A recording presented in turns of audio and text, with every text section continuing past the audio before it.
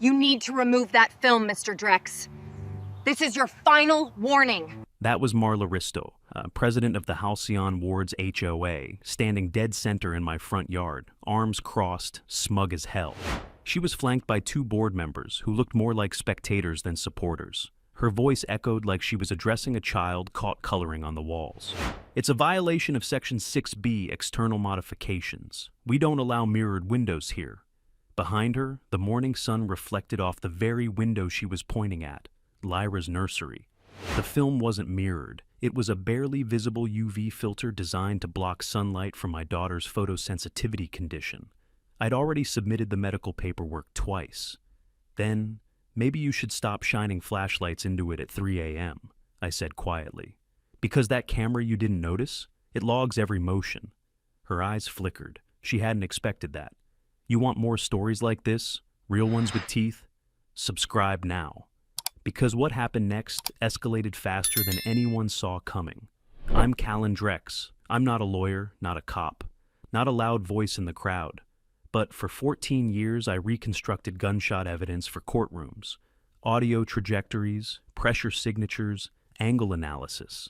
And I was done letting a neighborhood tyrant gamble with my daughter's safety.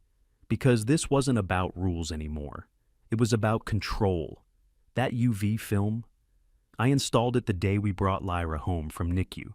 She was born 8 weeks early, lungs underdeveloped, eyes fragile from oxygen exposure. Her pediatrician warned us. Direct sunlight could cause retinal scarring. The nursery had to be kept dim. I even built blackout panels and installed light diffusers behind the curtains. But the film, that soft, almost invisible tint, was the only way to let natural light in without hurting her. And Marla knew that. I'd given her everything. The prescription, the documentation, the hospital record, her response. Medical conditions don't exempt you from visual continuity standards. As if symmetry mattered more than my child's eyes. That nursery window was the last thing I'd fixed before Lyra came home. I sanded and sealed the wood myself, installed the latches with padded guides. And the crib, God, the crib, I built it out of reclaimed pine from my father's old cabin. Every time I walk in there, I see his hands in the grain. That room isn't just a nursery, it's a promise, a shield. And somehow, Marla made it her battlefield. She'd left 3 violations on my door in 2 weeks. One for non-standard landscaping because I replaced her ornamental grass with fire-resistant native shrubs. One for visible cables because of the solar inverter on the side of my house. And now this, the film. A medical necessity twisted into a neighborhood crime. But even then, even after the fines started, I didn't think she'd go further. I didn't think she'd pull a gun. It happened just after sunrise. Lyra had woken early. I was rocking her beside the window when I heard it. The snap of a trigger, a crack of pressure, and the crash of shattering glass. The sound didn't come from my side of the house. It came from the greenbelt, across the property line, where Marla's deck had a clean line of sight to our window.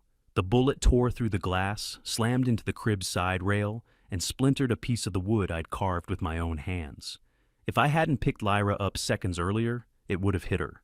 And when I ran outside, baby in one arm, rage in the other, Marla was still standing there, no gun in hand now, just her phone, filming the aftermath like she was the victim. You should have complied, she said. People who hide behind reflective glass are usually hiding something else too. That's when I knew this wasn't over. It was just beginning. The police came quickly, but not quickly enough. By the time the cruiser turned onto Aspen Hollow Drive, Marla had already changed her blouse, pulled her hair into a tight bun, and was standing calmly with a clipboard in hand like she was hosting a bake sale. She didn't even flinch when the officer approached. I'm the one who called it in, she said smoothly, as if she hadn't just fired a bullet into a child's bedroom. There was an incident involving suspected domestic unrest. I heard shouting, possibly a struggle. I feared for the safety of the child. The words didn't hit me at first, but when they did, I froze. She was framing me. The officer glanced at me, then at the broken window, then back to Marla. He looked like a man who'd already been given a script. Marla had a way of doing that, laying the foundation for her version of events before anyone else could speak. I watched him scribble something on a yellow notepad as Marla casually mentioned she was head of the Neighborhood Safety Committee. as if that were an actual credential. The moment he asked to speak to me alone, I handed him my ID and said, "Pull the footage." He raised an eyebrow. "Footage? Ring cam, 2 angles. You'll see her walk into her yard at 6:03 a.m. You'll hear the shot at 6:06. No screaming, no struggle, just a bullet." To his credit, the officer did his job. He reviewed the footage while I stood there clutching my daughter against my chest, her tiny fingers curled in my shirt. She had stopped crying by then, but my hands were still shaking, not from fear, from restraint. When he came back out, his expression had changed. Marla was still talking, something about how she feared for community safety and how this man had installed high-tech cameras to spy on people. She only shut up when he asked if she had a concealed carry license. She didn't. When he informed her that the revolver had been confiscated as evidence, she acted offended. "It's a family heirloom," she said. "I've had it since my father passed. I wasn't threatening anyone. I was trying to prevent a tragedy." "You discharged a firearm toward a residence?" he replied. "And if there had been a hostage situation, then what?" Her voice trembled, not with fear, but fury. "We have rules for a reason. I've lived here for 18 years. I know what danger looks like." She looked right at me when she said it. They took her statement. They didn't arrest her, not yet. Apparently she was detained pending investigation, which meant she was allowed to go home as long as she didn't leave the neighborhood. The officer assured me that the case would be escalated, that a detective would follow up, that someone would be in touch. Then he asked me to remain cooperative while the investigation played out. I was cooperative. I gave them the bullet, dug from the crib rail with my own hands. I sent the footage. I signed the incident report. But what stuck with me most wasn't the shattered glass or the scorched pine. It was the way the other neighbors watched from behind their blinds and said nothing. Like this wasn't the first time she'd done something extreme. Just the first time someone caught her. By noon, the HOA violation notices were gone from my door, not removed, collected, neatly peeled from the frame like nothing had happened. I checked the HOA portal. My fine history had been archived for review.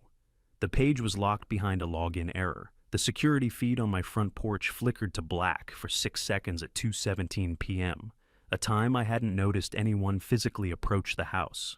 By the next morning, a new sign had appeared at the community entrance. "Neighborhood Watch in effect. For your protection."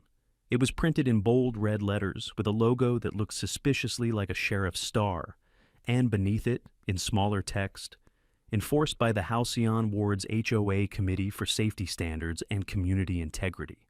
I stared at it from my car window, baby seat buckled behind me, heat rising up the back of my neck. She wasn't backing down. She was declaring war. Jonas Rell watched the sign go up from his front window. He didn't say anything. He didn't even shift in his recliner, but I know he saw it. His living room light flickered once, always on a timer, always just after sunset, like clockwork. Jonas didn't do surprises. He liked structure, predictability, quiet. That's probably why he never said no when Marla dragged him into HOA politics. He hadn't spoken to me since the shot. Not a call, not a knock, not even a look from his porch across the cul-de-sac. And yet, I knew he was watching. He was always watching. I saw him again the next morning when I stepped outside to retrieve the envelope taped to my door. Another violation. Not from the HOA this time. It was printed on plain white paper in a half-baked Word template. No signature, no board header, just a sentence. Failure to comply with security revisions may result in community-level response. The only thing more cowardly than an unsigned threat is one with no legal teeth. I scanned the yards. Jonas was watering his roses. One of them wilted under the stream, but he didn't notice. His eyes locked on mine for a second, just long enough to register something. Guilt, maybe. Fear. I couldn't tell. I crossed the street. He didn't stop watering. "You know what that's about?" I asked. He didn't look up. Not officially, but unofficially. He let the water stream over the base of a bush that didn't need it.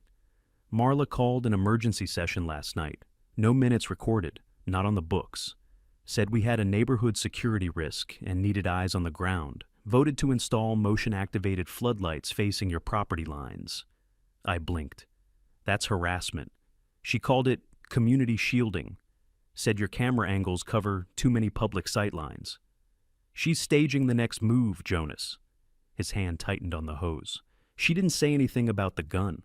She won't, because if she admits it happened, she admits liability. You know that.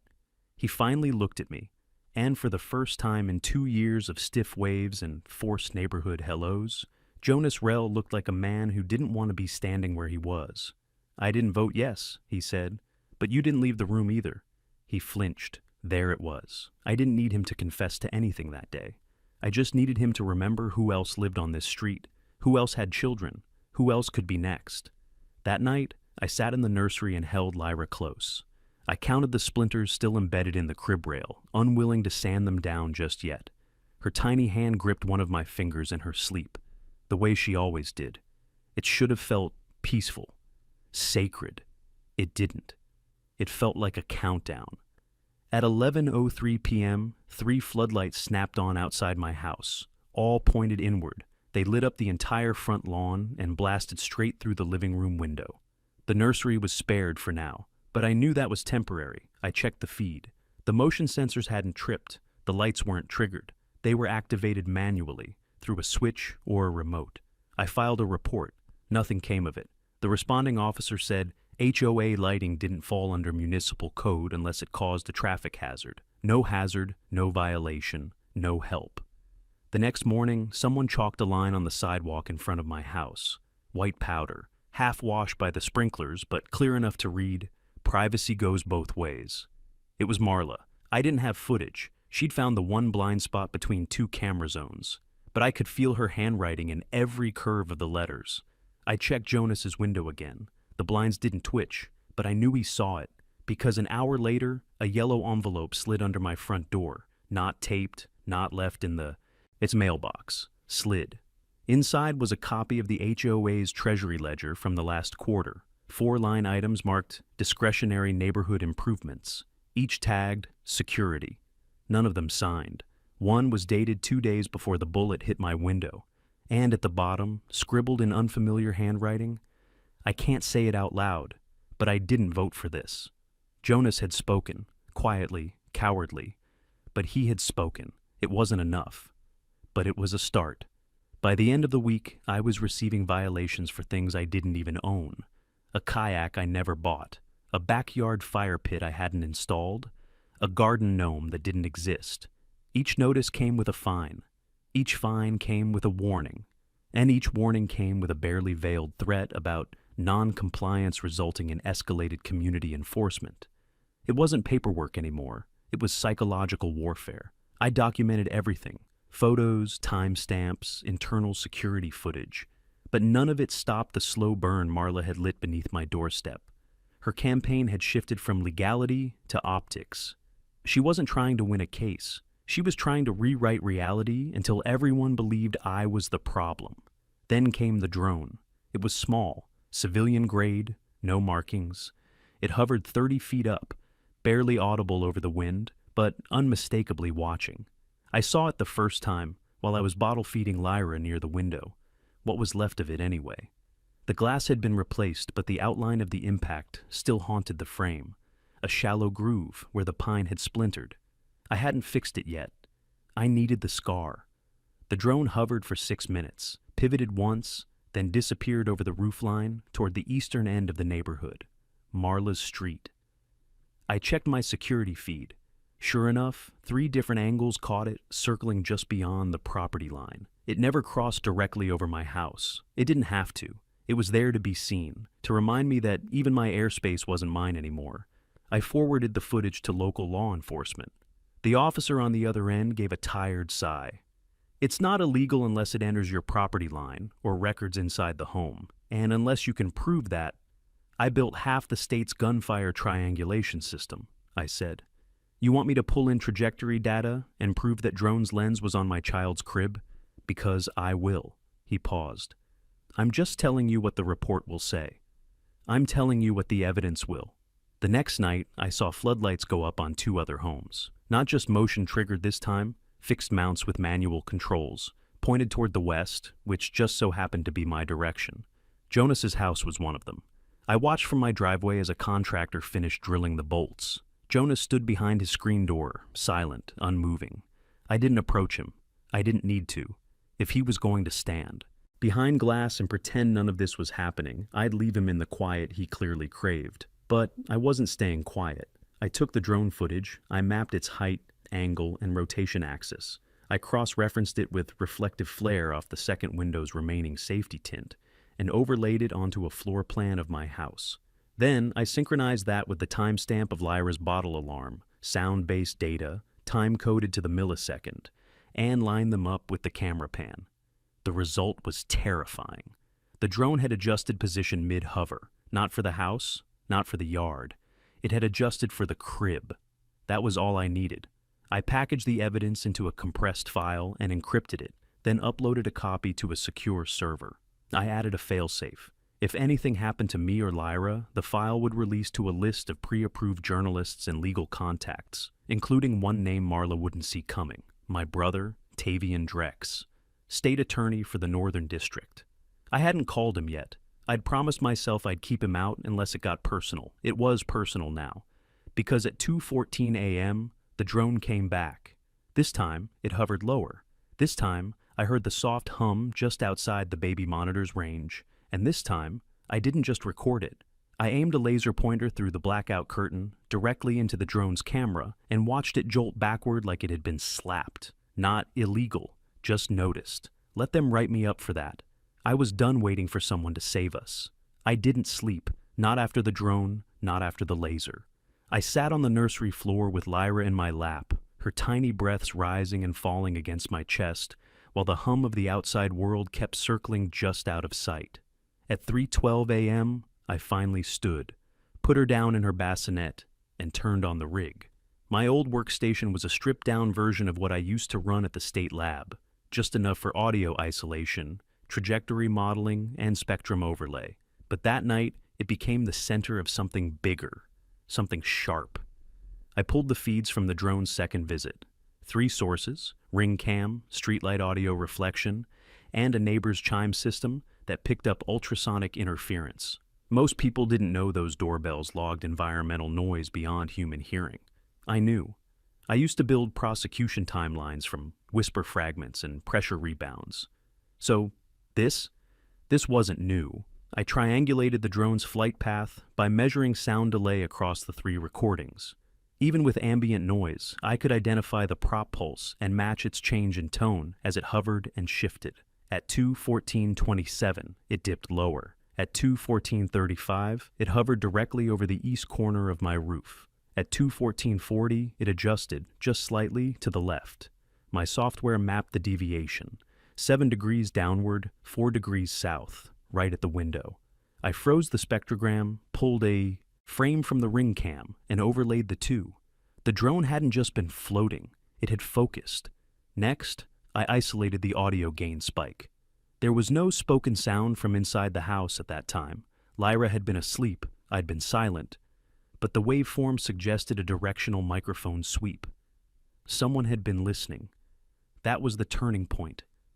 Up until then, I could have convinced myself I was just the target of petty HOA harassment. Fines, signs, a gunshot that might be chalked up to insanity. But this was surveillance.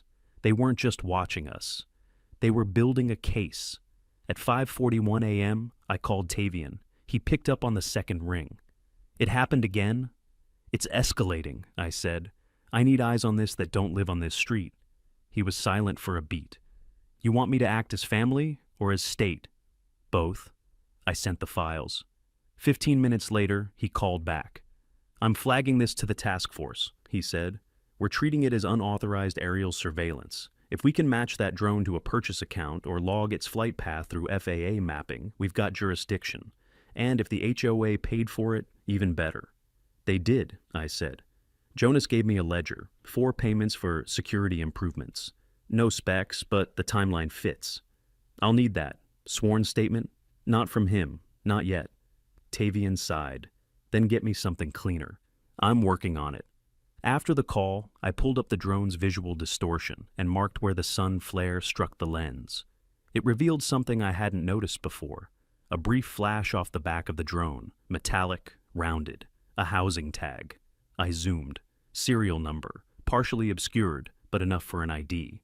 I cross-referenced it through open-source drone registries. There it was, purchased through a reseller in Oregon. Shipping destination, Halcyon Ward's Community Admin Office. Signed for, by M. Risto. That was my clean link. No speculation, no guesswork, no hearsay. She ordered it. She owned it. She flew it. I backed up the data to 3 secure drives. One stayed in the house. One went to a safety deposit box under Lyra's name. And one would be handed off in person, to Tavian, when the time was right. I didn't contact Marla, didn't issue a warning, didn't file another complaint. I wanted her to think I was tired, pushed back, intimidated. I wanted her to believe she'd won, because she was still moving like a queen on a board no one else could see. But she hadn't noticed the other player lining up a checkmate, and I wasn't playing defense anymore. The letter came on a Tuesday. Plain envelope, no return address, hand-delivered and shoved through the mail slot without a sound. I found it on the floor by the front door after putting Lyra down for her morning nap. Inside, a single sheet of paper, 1 sentence. CPS has been alerted to unsafe parenting practices at your address. No signature, no accusation, just the suggestion of danger. They didn't need to say it out loud. The implication was the weapon. By noon, they showed up. 2 people. A woman in her 40s with a clipboard and the polite but frozen smile of someone trying to make it through their shift without crying. Her partner was younger, male, in training probably, silent, observant, eyes darting to every corner of my house like he'd been told to find something I'd hidden. I let them in. I had nothing to hide. They asked the questions. How often was Lyra fed? Where did she sleep? Was she ever left alone? Did I have outside childcare? Why was the nursery window reinforced? Why was there surveillance in the hallway? Had I ever displayed volatility in front of her? And I answered everything, calm, measured. But inside, I was shaking, not from fear, from fury. Because this was Marla's real play. The drone was intimidation. The signs were noise. The violations were smoke. But this was the knife. If they found anything, they could open a case. That alone was enough to leave a mark on my record.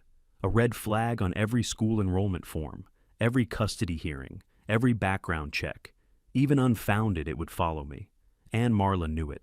After they left, I sat in the nursery again, staring at the hole in the crib side rail like it was an open wound. I hadn't filled it in. I didn't want to.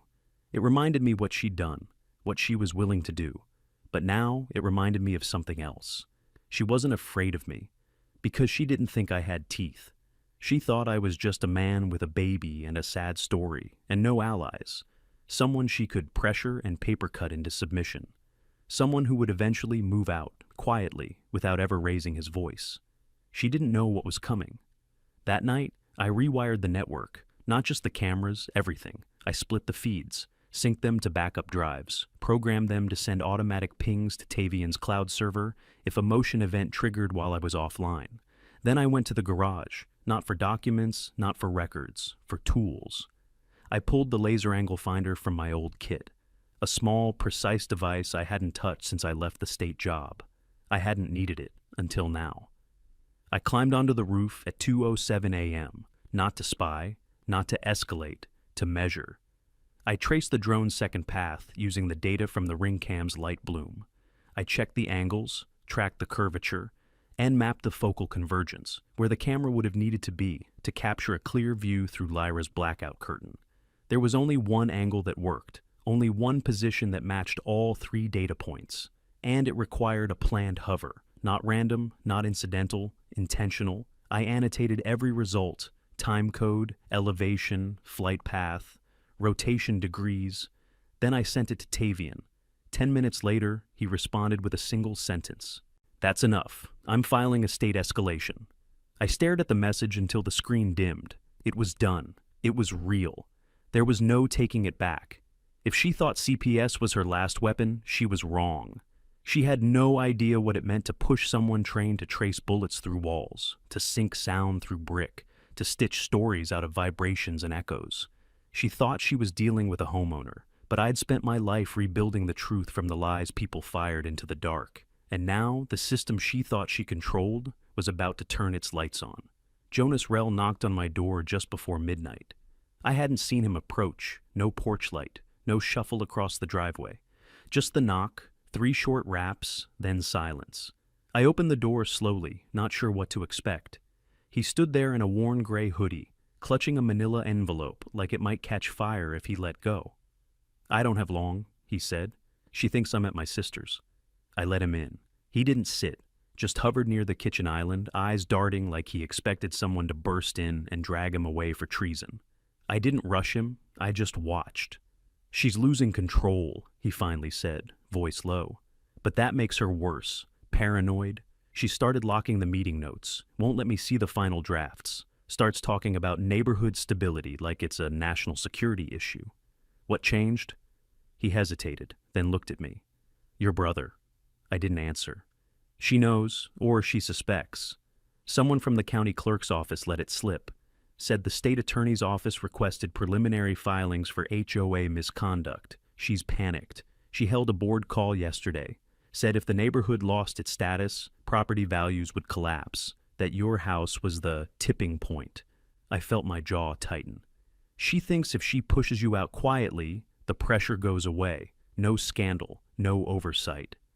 Jonas slid the envelope across the counter. Inside were 5 printed documents, internal emails, HOA messaging logs, a receipt. The first email was from Marla to the board. "We need to position Mr. Drex as unstable. CPS visit was a good start. I'm working on coordinating an anonymous tip to animal control next. He has a dog, right?" I didn't. The second was worse. A message to a private list of Community Watch volunteers, suggesting that if forced defensive action would be justified under the Castle Doctrine if Mr. Drex retaliates. She was laying the groundwork for a confrontation, a preemptive narrative. "She's unhinged," I muttered. "She's desperate," Jonas said, "and she's dragging all of us with her." The final item in the envelope was a receipt for the drone, officially logged as a mobile inspection unit for landscape surveillance. Signed off by Marla, co-signed by Jonas. I looked up at him. He didn't blink. "I signed it," he said. "Didn't know what it was for. She said it was to enforce weed violations. I didn't ask questions. I should have. Why are you here now?" He swallowed hard.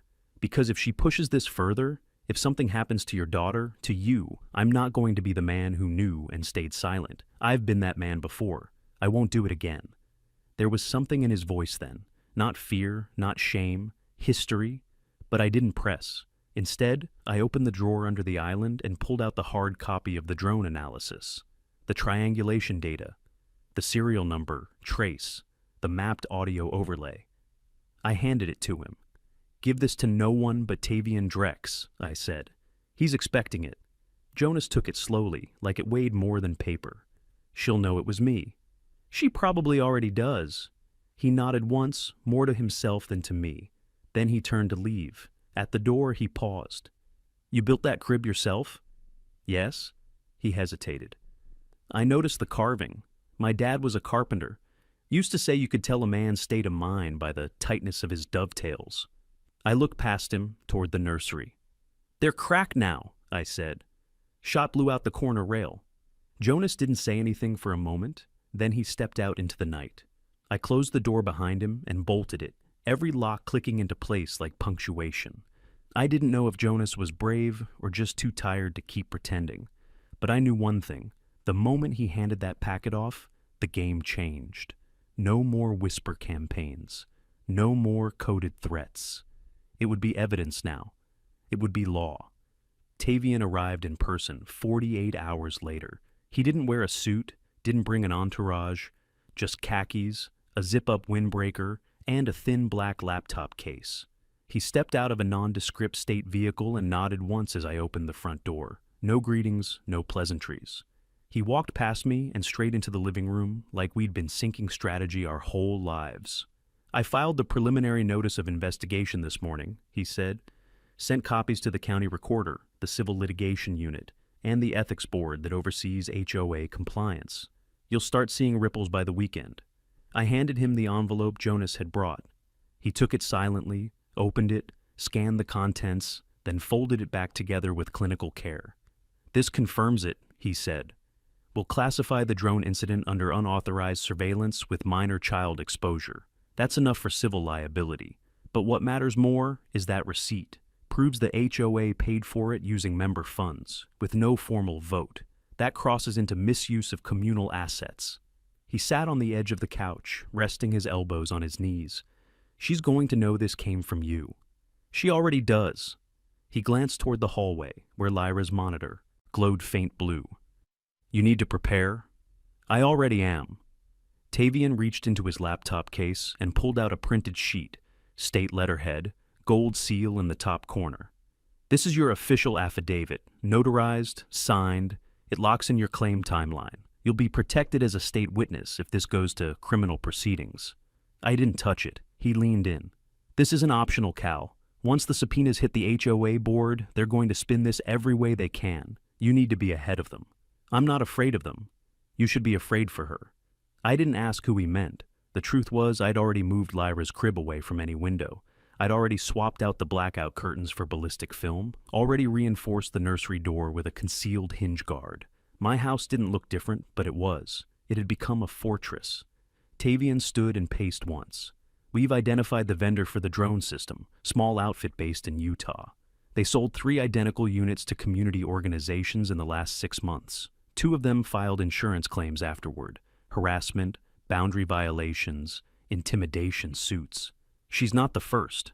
No, he said. But she might be the last, if this plays out publicly. I watched him close the laptop case. What are you not saying? He paused. The board is trying to get ahead of it. Marla's already submitted a motion to dissolve the current safety committee and rebrand it as a Neighborhood Stabilization Task Force. Different name, same tactics. They'll deny everything else. He set the case down beside him. I want to run a press leak, get in front of the narrative, let the public see what's happening before she sanitizes the record. No? Why not? Because I want her comfortable. I want her certain that we're staying quiet. When this breaks, I want it to bury her, not give her a chance to pivot. Tavian studied me. You've changed. I didn't reply. He nodded once and picked up the case again. All right, we'll do it your way. I'll start the quiet filing process, discreet subpoenas, silent compliance checks. Then when we've got the final audit from the Treasury records, she'll know then. Good, he said. Let her. I walked him to the door. The street was quiet, no signs of motion, but I could feel the cameras watching. He turned before stepping off the porch. You should know. CPS closed the file, unsubstantiated, no follow-up required. I let out a breath I didn't know I'd been holding. She never filed it, he added. It came from a burner phone, traced back to an HOA-funded data plan used by a volunteer security assistant, likely a proxy. He paused. But I'll find her link. You always do. He gave me a look only brothers share, part warning, part promise, and then he left. I stood there for a long time. After the car disappeared, the wind shifted once. A dog barked somewhere 2 streets over, and from the shadows near Marla's house, a floodlight flicked on. It didn't aim at my home this time.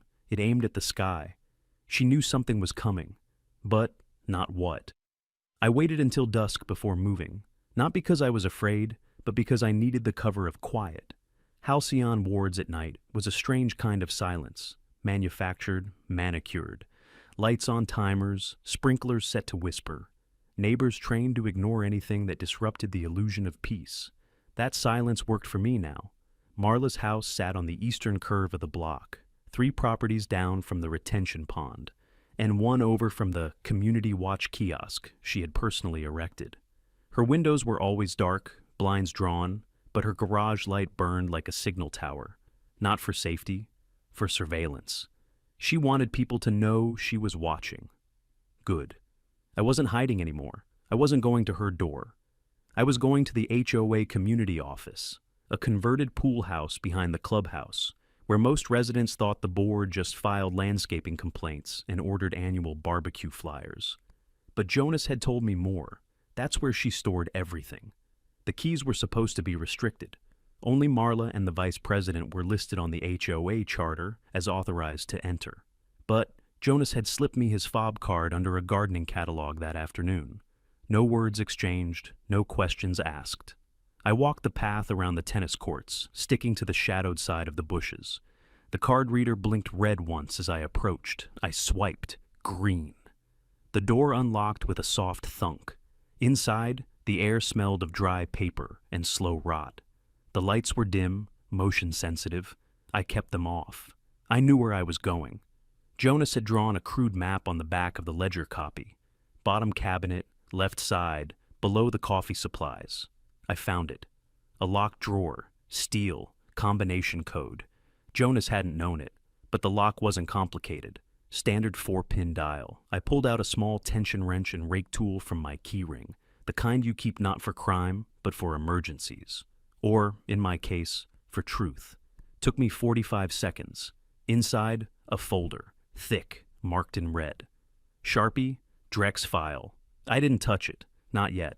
Instead, I opened my phone, angled the camera, and started recording. Every page, every note, every timestamp. I wanted a digital copy before I ever laid hands on the contents. Inside were dozens of printouts, screenshots from my front door cam, photos of Lyra's window, multiple versions of HOA violation templates with modified language, the CPS report, unfiled but pre-written, a checklist of community response stages, next to a flowchart titled Optics Control Plan.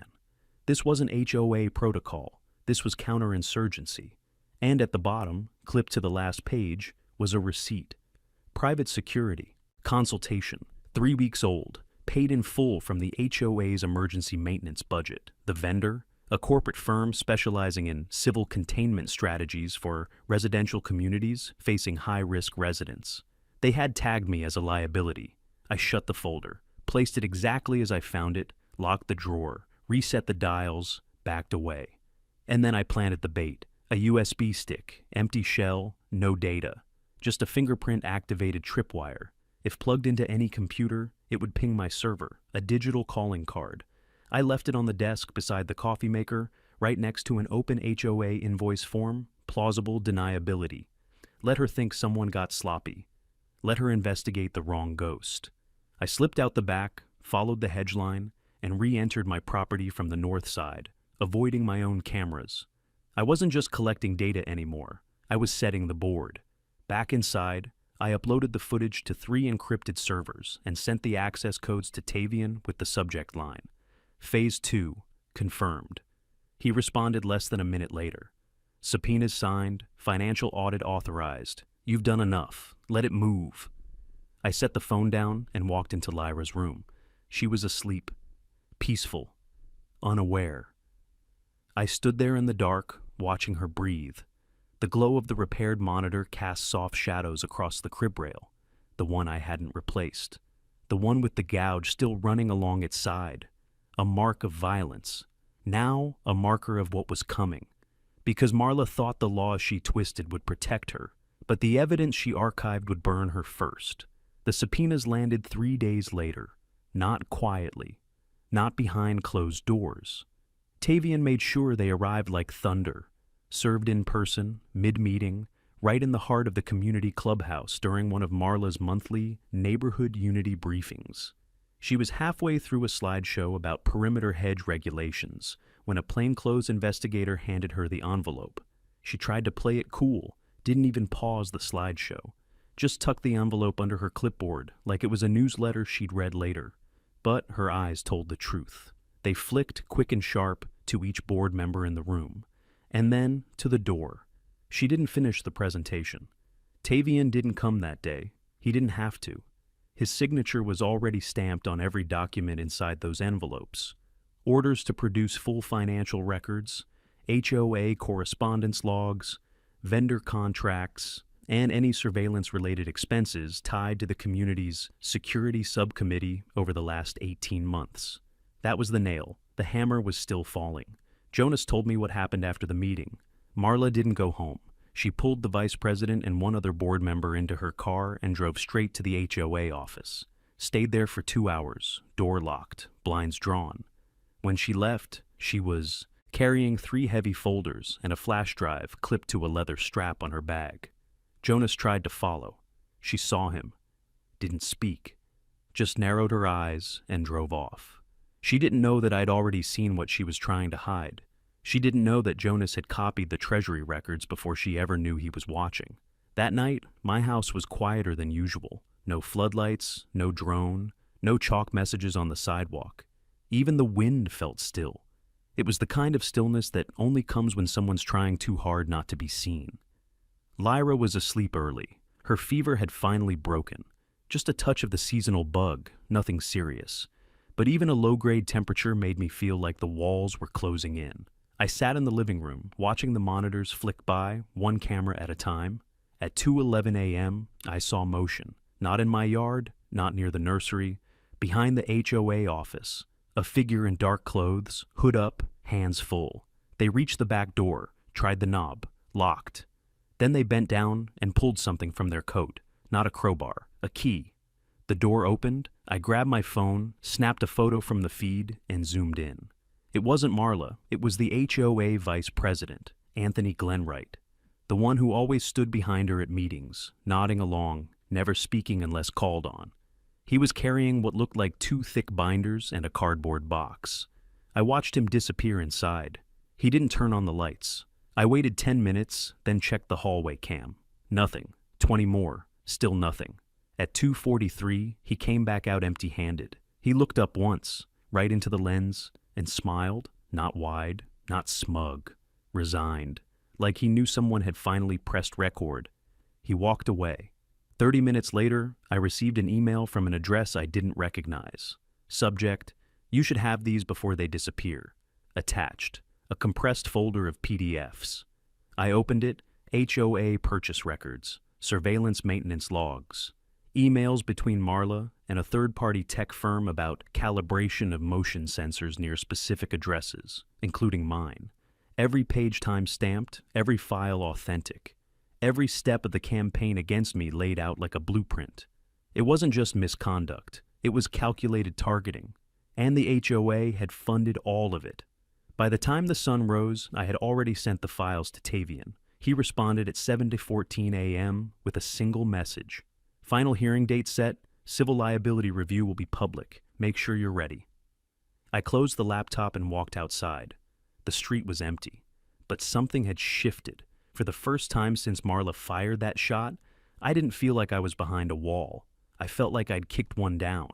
The reckoning wasn't coming. It was already scheduled. They held the hearing in the Halcyon Ward's community center, under the same vaulted ceiling where Marla once gave HOA safety lectures and handed out flyers about visual harmony and neighborhood trust. This time, there was no slideshow, no clipboard, just folding chairs, 2 lawyers, and nearly 50 residents packed wall to wall. Tavian arrived 5 minutes before it started, quiet, composed, suit press sharp. He walked straight to the front without a glance sideways. I stood beside him, my files already organized by timestamp and chain of custody. This wasn't a trial, not yet. It was a public liability hearing, a formal process where the HOA board would have to respond to the subpoenas, admit or deny the financial records, and address the evidence now entered into state inquiry. Marla arrived last. She wore a navy pantsuit and a controlled smile, but she didn't look at anyone. Not the residents whispering along the back wall, not the parents who used to wave at her during school drop-off, not Jonas, who sat near the exit with his arms folded and his jaw locked. Her eyes were fixed forward, like she was walking into a storm she still believed she could out-talk. She took her seat at the defendant's table, her attorney already waiting. A man in an expensive suit with the forced confidence of someone who hadn't seen all the evidence yet. He would. The moderator, a state-appointed compliance officer, opened the session, laid out the format, announced the charges being reviewed: misuse of HOA funds, unauthorized surveillance, unlawful data storage, and reckless endangerment stemming from the firearm discharge incident. That last one landed like a body blow. Marla blinked. The attorney objected immediately, claiming the firearm event was irrelevant to financial review. Tavian leaned in and laid out a sequence of receipts and emails, time-stamped, verified, cross-referenced with drone vendor records. He didn't raise his voice. He didn't need to. The document spoke louder than outrage. First came the drone invoice, labeled as Mobile Perimeter Inspection Device. Then the surveillance grid map with my property highlighted. Then the HOA's discretionary fund log, 4 payments spread over 6 months. Finally, the private security contract, labeled Risk Management Advisory Services. Tavian read the last line aloud. Client is advised to utilize protocol escalation only upon situational confirmation of adversarial subject. Then he looked at me. I stood and walked to the projector screen where a photo of Lyra's crib, shattered rail, splintered pine, bullet groove intact, faded in with a soft click. Silence. Marla shifted. I played the audio file next. A side-by-side of 3 doorbell cams synced with the drone's ultrasonic hum. Overlaid with sound spectrum mapping, the room filled with the quiet, unnerving pulse of rotors hovering just outside a child's window. Click. I switched to the final frame, the drone's lens flare catching the edge of the window trim. 7 degrees down, I said. 4 degrees south, direct line of sight to the crib. The moderator turned to Marla. Do you deny authorizing the purchase? Her lawyer began to answer, but she interrupted. I approved it, yes, as a deterrent, for community safety. Were you aware it was being used to monitor a private residence? Her jaw tightened. That window was non-compliant. He refused to remove the tinting. Gasps rippled through the crowd. Someone near the back whispered, "It was medical." The moderator cleared his throat. Ms. Risto, you are not currently facing criminal charges. However, the state attorney has forwarded this hearing's contents to civil review. You may invoke counsel at any time. Marla's hands twitched in her lap. Jonas stood. I have something to add. The moderator allowed it. Jonas walked to the front and placed a signed statement on the table. This is a ledger I copied 3 months ago. Before any of this went public, I was treasurer. I didn't know what she was using the funds for until I saw the drone footage. And I want it on record. I didn't vote for this. I didn't approve this. And I'm sorry I didn't speak sooner. Then he looked at me and bowed his head. The room stayed silent as the moderator accepted the statement into the record. Then he spoke. This hearing is now concluded. State auditors will begin immediate review. A decision on dissolution of the current board will follow within 10 business days. Additional findings may be forwarded to criminal investigation. He banged the gavel once. Marla stood slowly. The lawyer whispered something to her. She didn't respond, just looked around the room that used to obey her, and saw, for the first time, no one looking back. When the board was officially dissolved, no one cheered, no applause, no celebration. Just the sound of papers being signed and chairs scraping against the tile floor of the community center. It wasn't victory in the loud sense. It was quieter, heavier, the kind of silence that meant the truth had finally settled, too real for clapping. I didn't stay for the cleanup. I stood outside on the curb, watching people file out, each carrying a different version of the story home with them. Some avoided my eyes. Others nodded in quiet acknowledgement. A few stopped to squeeze my shoulder, their looks saying what words couldn't. We all lived under her rules for too long, and it showed. Marla left last. No entourage, no clipboard. Just a thin folder in one hand and her lawyer muttering something about appeals. She didn't look at me when she passed, but she slowed down, just enough for the air to change between us. You think this fixes anything? She said under her breath. You think they'll thank you when property values drop, when crime moves in? Crime's been here, I said. It just wore your badge. Her jaw flexed once before she walked away. She didn't look back, not even when the news van lights hit her face. Tavian was waiting at the edge of the parking lot, speaking to a reporter who kept asking the same question. Will there be criminal charges? He didn't answer directly, just said, the evidence speaks for itself. Justice takes time, but it's already moving. Then he looked at me and nodded. His part was done. Mine too. By that evening, the story was everywhere.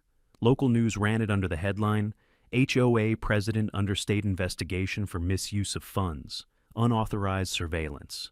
Photos of the drone, the window, the crib. They blurred Lyra's name. That small kindness meant more than I could say. Jonas came by that night. He didn't come inside, just stood on the porch, holding a wooden box. You should have this, he said. Inside was the original crib rail, the one with the bullet groove. I hadn't realized he'd taken it for evidence documentation. Thought you might want it back. I traced my fingers along the split wood. The scar was still there, clean and sharp. It's strange, I said. Something so small can hold so much hate. Jonas shook his head. Or so much proof. He left without another word. I carried the rail into the nursery and set it against the wall near the crib. Lyra was asleep again, her tiny hand curled around the edge of her blanket. The repaired rail glowed faintly in the nightlight, polished smooth where the bullet had struck. I left it that way, not as a wound, but as memory. A mark that the worst had happened, and we had survived. Over the next week, the neighborhood changed. The floodlights came down. The fake security signs were removed. The HOA website vanished. In its place, a new committee formed. A temporary one, built on volunteers, not control. Jonas chaired the first meeting. They voted to require transparency in every expenditure, every rule change. No private emails, no late-night violations. Real neighbors, not petty tyrants. And me? I stayed.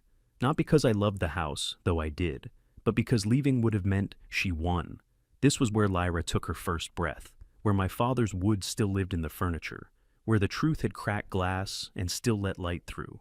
A week after the hearing, Tavian called. "You can stand down," he said. "They're moving forward with a permanent injunction. She won't serve on any board again." "Will she face trial?" "Eventually, but that's not your job anymore." "Yeah," I said. "I know." But I didn't hang up right away. I just listened to the silence on the other end, the kind that only comes after a long fight when justice isn't loud, just done. After the call, I went outside. The night was still, the kind of still I hadn't felt since before it all began. The air smelled of rain and cut grass. I sat on the porch steps, the same ones where I'd once stood holding Lyra in shaking arms, glass at my feet and smoke in my lungs. Now, there was nothing but peace. The sound of a baby monitor hummed. Through the open window, a soft cry, then quiet again. I smiled. The world had turned. The noise had finally stopped. And for the first time, the silence didn't feel like fear. It felt like freedom. Subscribe and don't miss our next story. Trust me, you'll feel this one. And tell me in the comments, what would you have done if it were your window?